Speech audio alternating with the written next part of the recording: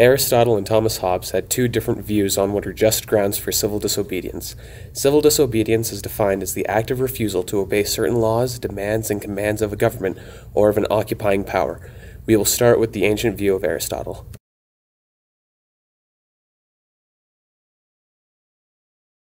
Aristotle wrote, "A state exists for the sake of a good life, and not for the sake of life only. If life only were the object, slaves and brute animals might form a state, but they cannot, for they have no share in happiness or in a life of free choice. This means that the point of a society and purpose of the laws that we create within society are all for the common goal of a good life." Aristotle believes that politics are the highest form of human expression, and that the state is the highest form of politics.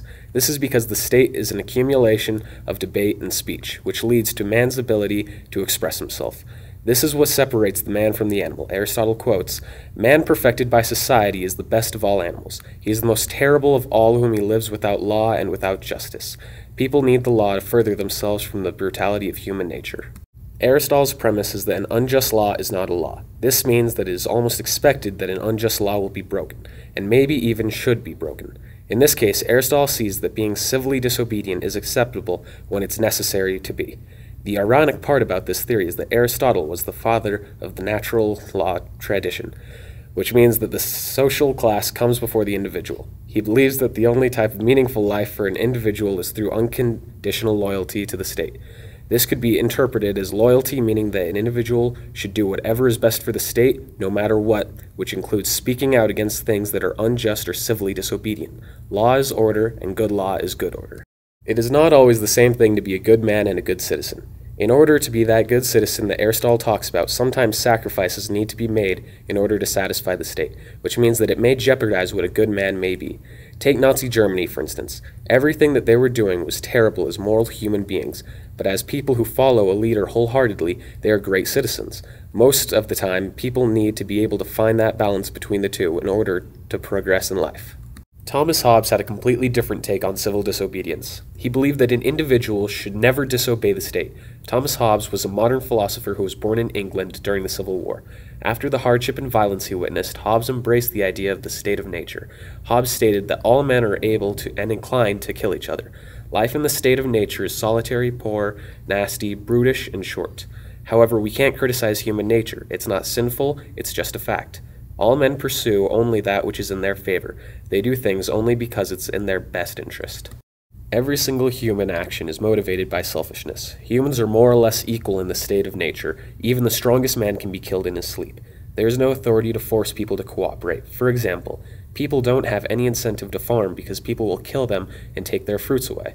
It's kill or be killed. Human beings are afraid of death, and the only way to solve the violent ways of the state of nature is to have an absolute sovereign. People give up all of their power and engage in social contracts for the purpose of protection.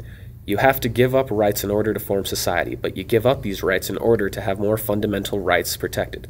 Hobbes is quoted as saying, "When there is no common power, there is no law." It was concluded that human beings are not capable of living together in peace without the state stepping in. Hobbes also says that we need to abide by all the laws, even if they are bad laws. Bad laws still need to be followed because if we don't, we are contradicting the sovereign, and that brings us back to the state of nature. An individual or even a whole society might be hurt by the greed or incompetence of a sovereign, but at least that was better than chaos or war in the state of nature. The only sure way to leave the state of nature is for us to submit and never disobey. To resist the sovereign is like resisting or fighting yourself because you made the decision to align yourself to the sovereign. There were two main reasons why Hobbes was against civil disobedience. The first being that it violates the law of nature, and secondly, it reverts us back to the state of nature, which according to Hobbes is the worst place to be. Essentially, we need the sovereign to survive. In the state of nature, we all die in the end. I'm sorry, but I don't want to be an emperor. That's not my business. I don't want to rule or conquer anyone. I should like to help everyone if possible. Jew, Gentile, black man, white. We all want to help one another. Human beings are like that.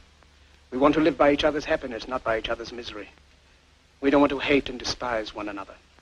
In this world there's room for everyone, and the good earth is rich and can provide for everyone. The way of life can be free and beautiful, but we have lost the way.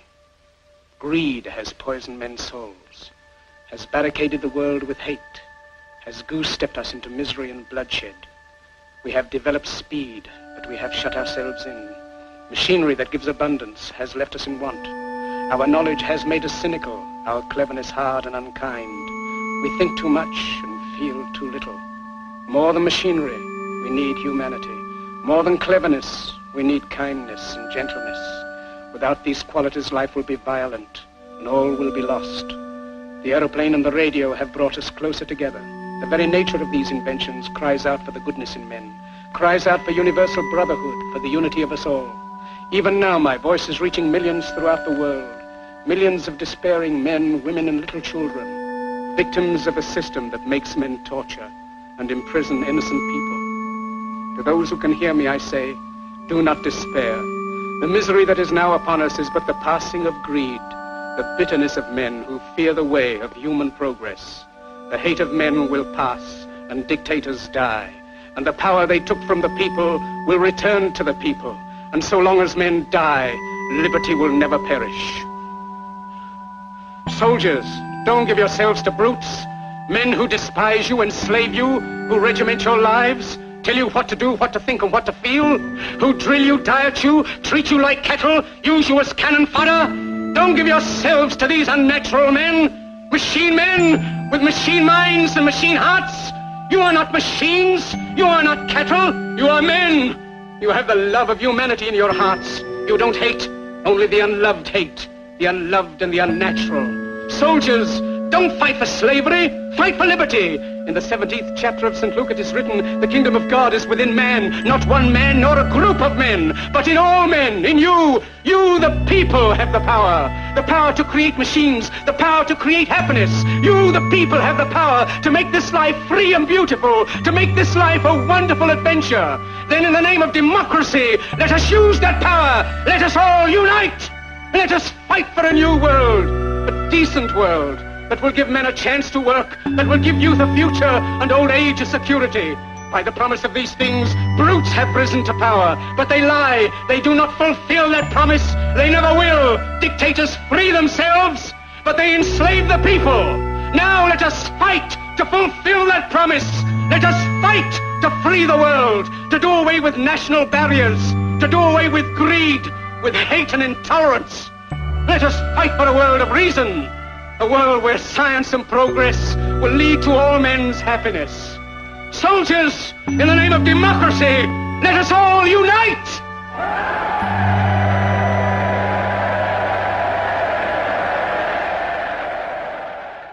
In conclusion, even though Aristotle and Hobbes both had differing opinions on whether civil disobedience was justified, they both had a common goal. Civil disobedience is just when it benefits the progression of society. Humanity is ever-changing, and we, as a society, are constantly moving forward. If a sovereign or law halts that movement, we must unite and take a stand in order to better ourselves as a whole.